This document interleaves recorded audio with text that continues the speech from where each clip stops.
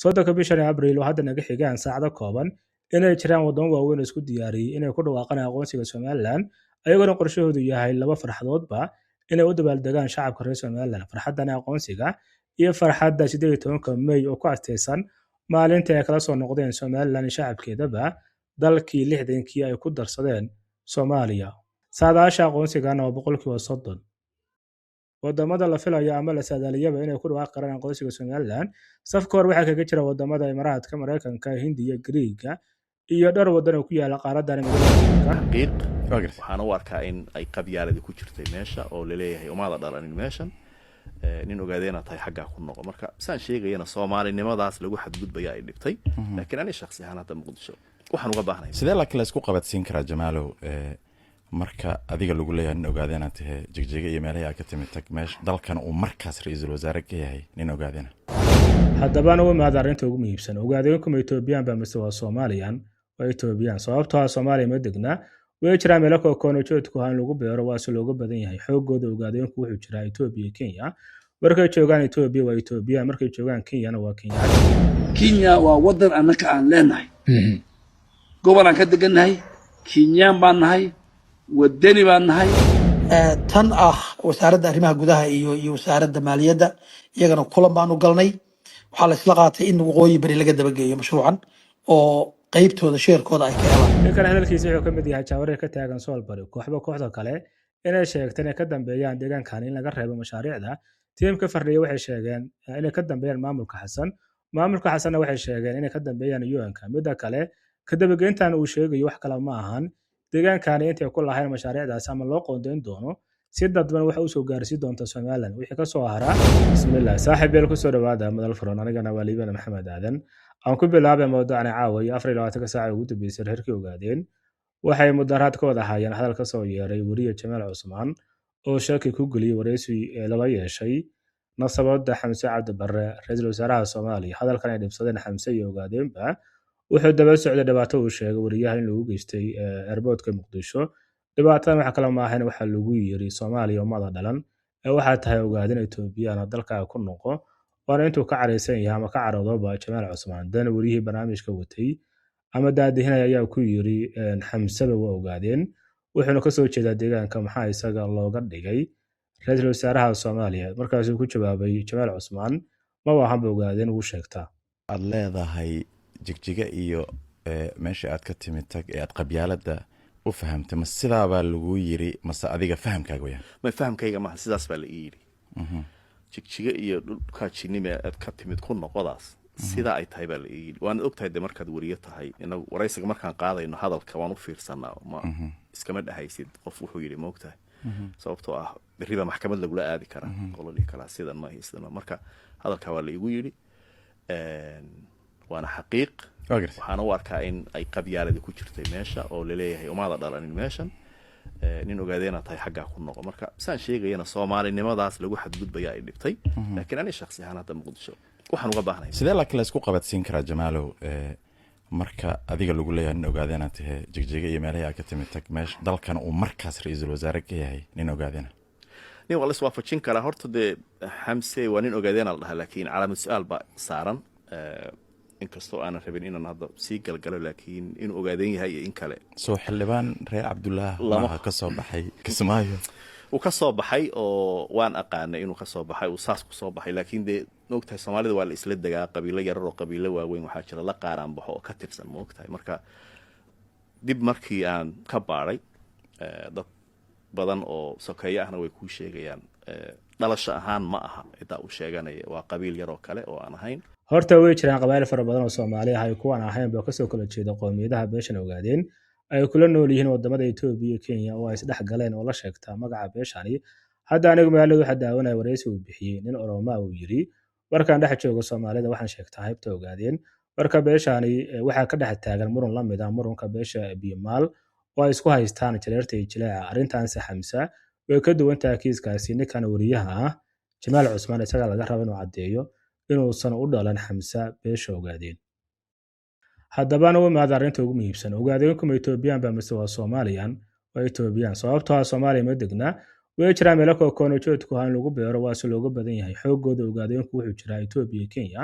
markay joogaan Ethiopia waa Ethiopian markay joogaan Kenyana waa Kenyaati waxay la mid yihiin beesha Ciise markay joogaan Ethiopia waa Ethiopian markay joogaan Djibouti waa Djiboutian haddana waxa ogaadeen geeya Soomaaliya waa fuduul iyo shitam la'aanta ka jirta Soomaaliya xilkaani loo dhiibay ra'iisul wasaaraha Soomaaliyana waa ku xumeyn lagu xumeynayay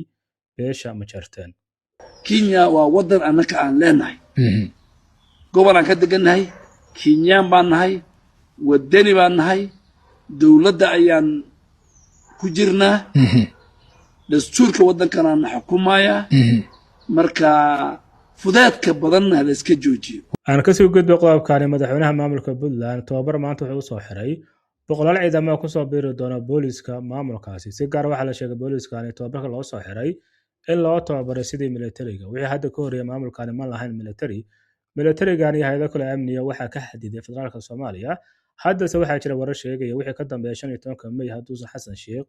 wax ka bedelin siyaasaddiisa qolyahan Puntland inay ku dhawaaqi doonaan maamulka madax bannaan Soomaaliya inteeda kale ayna samaysan doonaan hay'ado amniga ka mid yihiin sirdoon iyo militariga sidoo kale ay samaysan doonaan wasaarado ay ka mid tahay wasaaradda arrimaha dibadda haddaba aan ku soo noqday intay socotay munaasabadan tababarka loogu soo xiray boqolaalkan ciidamada ah khudbadu ka jeedisay ciidana wuxuu fariin u diray ama wuxuu hanjabayba maamulka Xasan iyo Turkida la socota sidoo kale ciidana wuxuu hanjabay maleeshiyaadka dhawaanahanba maamulka Xasan ay ka samaysan gudaha deegaanada Puntland isagoo sheegay ciidana in duulaan lagu yahay goobta ay ku taal Puntland oo istiraatiiji ah isagoona si cad u sheegay inay ku filan yihiin difaaca wadankooda dabcan marar badan baan ku celinay dal ballaaran oo baaxadiisa aad u weyn tahay oo bad ballaaran leh oo meel istiraatiiji ku yaal ayay Puntland ku taal damacu waa badan yahay meel walba laga damaaciyay waxaan rabnaa dadkeenu inay foojignaadaan ciidamadeenu awoodeedu inay tababarkooda ay kor u sareeyo waxaan rabnaa dalkeena inaan difaacno cid walba ka difaacno cidda aan ka difaacayna waxa weeye mid dibadda uga soo duulay iyo mid intuu gudaheeda ku soo dhurtay rabo inuu khalkhal geliyo ammaankiisa ciidamada maanta halka jooga waxay amar ku qabaan cid kasta oo sharciga iyo deganaanshaha Puntland wax u dhimaysa cidduu doona ahaadee inay gacan biro ku qabtaan awoodna waa u leeyihiin inay goob kasta iyo meel kasta ku galaan inay habeenada madow guryahooda ugu dhacaan inay meel walba ugu tagaan iyagoo kaashanaya ciidanka badda bad iyo berriba in laga howlgalo haddii ilaahay ka dhigo waxaynu ku soo caanamaalnay waa nabad waayadan dambe dad baana juqajuqaynaya oo damacsan inay deganaanshaheena wax u dhimaan dadkaas waxaan rajaynayaa inay duruus fiican qaadan doonaan dowladda sheeganaysa dowlad federaal inay tahay oo tahriibta ka shaqaysa oo maalin walba wiil laptop la wareegaya laleeyahay reer hebelku waxaa la yidhaahdaa ciidan ka qoraaya war waxaas miyaa dowladnimaa horta waxaas miyaa dowladnimaa runtii dowladnimadii waa la caayay waana la xidhibay fariinta aan u diraayo waxa weeye dadka dowladnimada ka shaqaynaya sharci ku shaqeeya ciidanka hariiba Puntland kama shaqayn karo ama adigoo dhaqana xamar ka soo qaado sidii wiilasha sheegayeen ama adigoo halka ku faylgaroobay askarta intii xumaatay baa meelaha aaday oo leeyahay xaggaa laga soo qarmaynaya maxaa tahay qaranka aad raadinaysa qaran dumis baaba tahay nin rabo inuu si sharci darro ah ku shaqaysto ma qaran buu ka shaqeeyaa ma qaran buu ka shaqaynaya nin rabo inuu ummad burburiyo in sharciga uu ka tallaabsan inuu dadkan xurmadiisa ugu cayaaro ma waxaasaa qaran ka shaqeeya qaran kama shaqeeyaana waa qaran dumis waana la iska qabanaya ilaahiis sidaan ku soo qaatay mawduucyo horeba si ciidan iyo Puntland ba looguma horeyn dagaalkii Sool ay ku qaadeen Somaliland ayagoo xiran shaar qabiil isla shaarka qabiilka ayaa hadda loo soo xirtay ciidankana hadda uu ka sheekeynayo waa ciidamada doonaya Xasan Sheikh inuu u soo dhaxmaro maamulkooda waliba ku afgambiyo systemka ciidani midaan isagana uu og yahay in lagu soo maqan yahay waliba loo diyaariyay boosashinkiisa in lagu bedelo Asad Diyaano oo ay heb hoose wadaagaan haddana ah taliyaha ciidamada booliska ee Soomaaliya waana sababta waxaanu ciidamada ciidani u diyaarsaday maanta kaliya wuxuu tababar u soo xiray in ka badan 300 askari maalin ka horna inta in lag ayuu tababar u furay odayga dagaal ayuu diyaar garoobay kaliya ma ahna adduunka oo dhan ayaa dagaal u diyaar garoobay waxaana la galay 7 dagaal sida hadaba ka muuqato shaashadani sawirkan ayuu baahiyay Trump uu wato qorigan wuxuu u hanjabayaa Iran wuxuuna ku soo dulqoray sawirkiisa ee Trump Iran ay waqtigii ninkii wanaagsan ugu dhamaaday alaashan wuxuu leeyahay isku diyaariya halaag waxaana jira cabsi weyn laga qabo Mareykanka iyo xulafadiisa inay ku qaadaan Iran dagaal ballaaran oo suurtagal ay tahay inay isticmaalaan qaybo ka mid ah hubka nuclear-ka si ay guul la taaban karo ugu gaaraan dagaalkani hadda madax la sii gelaya 3 bilood. Aan ka sii gudbo shalay maanta oo Soomaaliya gaar ahaan Laascaanood waxaa ka taagnaa buuq iyo jahwareer ka dhashay mashaariic la sheegay deegaankaasi in laga rabay inkastoo ilaa hadda mashaariicdaasi sababta looga rabay deegaankaasi kooxda kale oo ku odanayso haddana waxa loo badanayaa sababta looga rabay deegaankaasi mashaariicdaasi inay tahay ilaa hadda inay ka tirsan Somaliland ayna ka jiraan deegaankaasi xaalada amni wixii hadda ka horeeyay deegaankaasi dhacbariga Somaliland maamulka xasan iyo Soomaaliyaba wax mashruuca kama aysan fulin jirin hay'adaha caalamiga ahna deegaankaasi waxa ku soo xiri jirta Somaliland ilaa haddana hay'adahaasna waxay deegaankaasi kala xaajoodaan Somaliland waxaana soo gaaraysa xogo sheegaysa inkastoo la xaqiijin karin haddana waxay soo gaaraysa xogo sheegaysa 3 sano ugu dambeysay deegaankan inay ka fulisay Somaliland mashruuciyo walow aysan badnayn mashaariicdaasna deegaankaasi ay u soo marisay Somaliland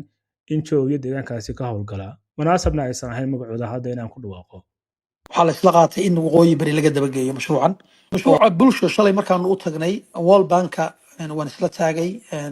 country managerka Soomaaliya waxaan ku yidhi mashruucan maadaa noo diiday toos baan u weydiiyey wuxuu yidhi maya bir annagu Soomaaliya waxba uma diidno goboladeeda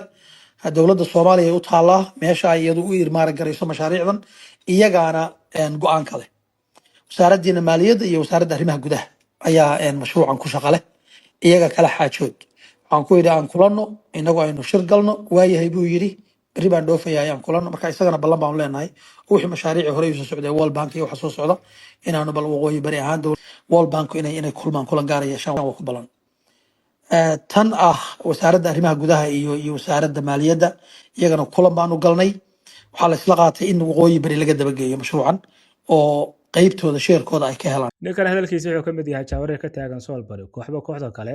inay sheegteen inay ka dambeeyaan deegaankan in laga reebo mashaariicda tiimka fardhiya waxay sheegeen inay ka dambeeyaan maamulka xasanna waxay sheegeen inay ka dambeeyaan UN-ka midda kale ka dabageyntan uu sheegayo wax kale ma ahan